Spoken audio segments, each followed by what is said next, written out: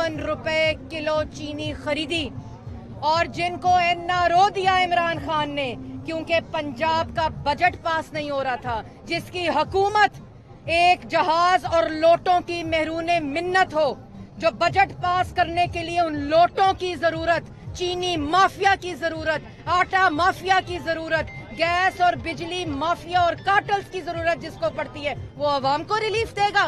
वो नेक है? वो नालायक तो है ही, नाअहल तो है ही, लेकिन चोर और करप्ट भी है। और जो शुगर इन्वेस्टिगेशन टीम थी उसने तो इंक्वायरी करनी थी कि चीनी की कीमत ₹52 से ₹120 किलो कैसे हो गई। तो चीनी की कीमत ₹52 से ₹120 किलो शहबाज शरीफ ने की, हमजा शहबाज ने की या इमरान खान ने की? और उसके बाद जहांगीर तरीन के जरिए उस चीनी की कीमत पे डाका डाला गया।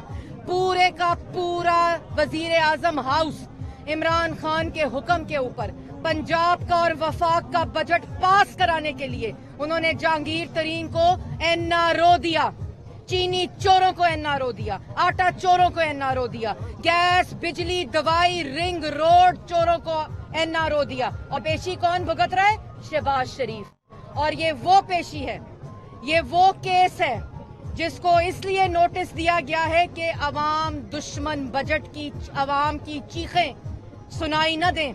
शहबाज शरीफ की तकरीर को 4 दिन रोका गया, बजट की किताबें मार कर रोका गया। जब नहीं रुकी क्योंकि इमरान खान के खिलाफ डोंकी राजा का नारा लग गया था। इमरान खान जो थे बड़े गुस्से में थे, उनके वजीरों ने बताया और उन्होंने कहा हम शहबाज शरीफ को तकरीर नहीं करने देंगे। लेकिन शहबाज शरीफ ने तकरीर की और इनके जाली बजट, अवाम जेब खाली बजट का जब सच बोला और तकरीर नहीं रुकी तो ये FIA का नोटिस, ये FIA का नोटिस उस केस में दिया है। मैं पाकिस्तान की अवाम को बताना चाहती हूँ, उस केस में दिया है जिसमें नैब न्याजी गठजोड़ में 2 साल हमजा शहबाज को जेल में रखा। ये उस केस में दिया है जिसमें शहबाज शरीफ को एक साल कैद में रखा। ये इन्वेस्टिगेशन हो चुकी। ये तमाम सवालात जो सवालात नामा इमरान खान ने बनाया है, जो FIA के जरिए आज पेशी कराई है, ये शहबाज शरीफ और हमजा शहबाज जवाब दे चुके हैं। लेकिन बात यह है कि जहांगीर तरीन को अंदर जाने, जेल जाने से बजट पास नहीं होता और शहबाज शरीफ की गिरफ्तारी के बगैर भी बजट पास नहीं होता। तो करे तो क्या करे इमरान खान? इमरान खान उसी ज़हनी कैफियत में कहता है खवातीन और बच्चियों का रेप इसलिए होता है कि उनके कपड़े गलत होते हैं। शर्म आनी चाहिए, लानत भेजनी चाहिए ऐसे शख्स की ज़हनियत के ऊपर। ऐसे शख्स को मुल्क का वजीर आजम 1 घंटा नहीं बैठना चाहिए उस कुर्सी के ऊपर। आपने 2018 के बाद आपका क्या ख्याल है कि शहबाज शरीफ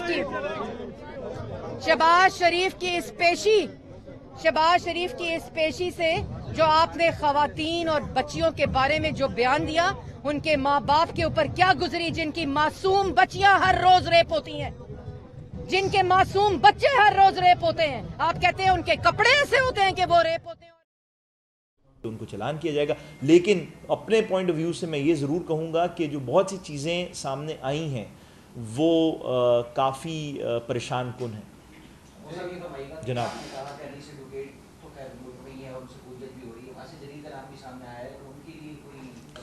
देखें, बिल्कुल ये वासे जलील के हवाले से, क्योंकि वो इस वक्त गालिबन अमेरिका में रिहाइश पजीर हैं, पहले भी हमने इस किस्म के केसेस में एक सिस्टम शुरू किया है म्यूचुअल लीगल असिस्टेंस के लेटर लिखने का और इंटरपोल के ज़रिए दूसरी जो बैनुल अक़वामी पुलिस फोर्सेस हैं, पुलिस के इदारे हैं, उनसे रब्ता करने का। इस केस में भी हम ये चीज़ प्रोसेस टेकअप करेंगे। फारूक सत्तार भी इस मामले में थे, जो बयान वगैरह भी हुए थे, तो उनका क्या स्टेटस है? हमने इस केस में बहुत से वेरियस जो पार्टीज़ या फैक्शंस हैं MQM की, उनके वेरियस लीडरान या कारकुनान को बुलाया था।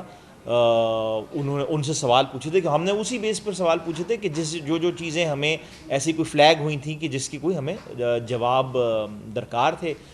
फ़ारूक सत्तार से भी हमने सवाल जवाब किया था।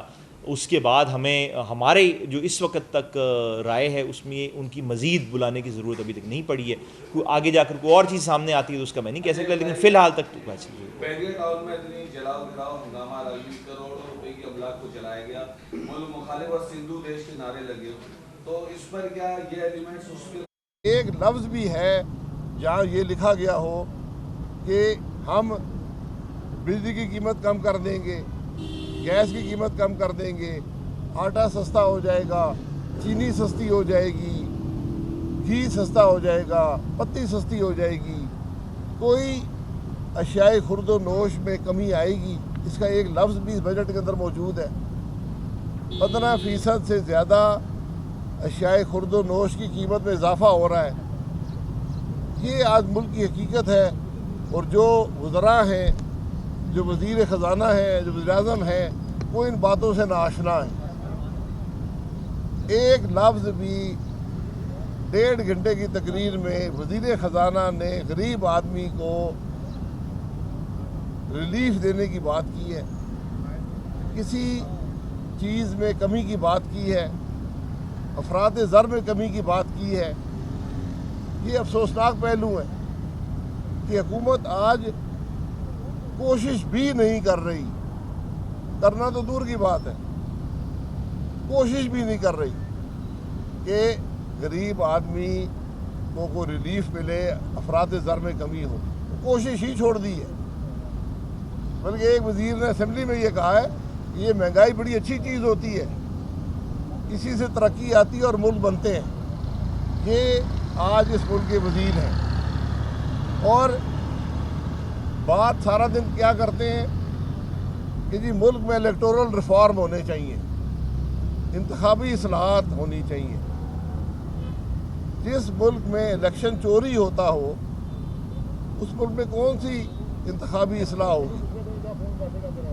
जो इंतखाबी इस्लाहात हैं, जो तजवीज़ की गई हैं, उनका सिर्फ़ एक मकसद है कि मुस्तक़बिल में धांधली में आसानी हो, यानी जो धांधली की अभी भी खबर जो मिल जाती है वो भी ना मिलने पाए और इलेक्ट्रॉनिकली सारा मामला तय हो जाए। और ये जो आज असेंबली में हमले होते हैं, जो बलूचिस्तान असेंबली में हुआ, ये इंतखाबी इस्लाहात की जो बात करते हैं, ये सिर्फ कोशिश ये है कि इस मुल्क में पार्लिमानी निज़ाम को ख़त्म करके सदारती निज़ाम की कोशिश की जाए। ये वाज़ेह हकीकत है कि हमारा मुल्क वाया ईमेल और दूसरे ज़राए से करते थे, पैसे भी भिजवाते थे। और ये मुल्ज़िमान जो हमने पकड़े हैं मीरपुर ख़ास से और जो हैदराबाद और कराची से, वो भी यही कहते हैं। यानी कि दो सेपरेट तफ्तीशें जो हैं वो एक ही कंक्लूजन पर पहुंच रही हैं।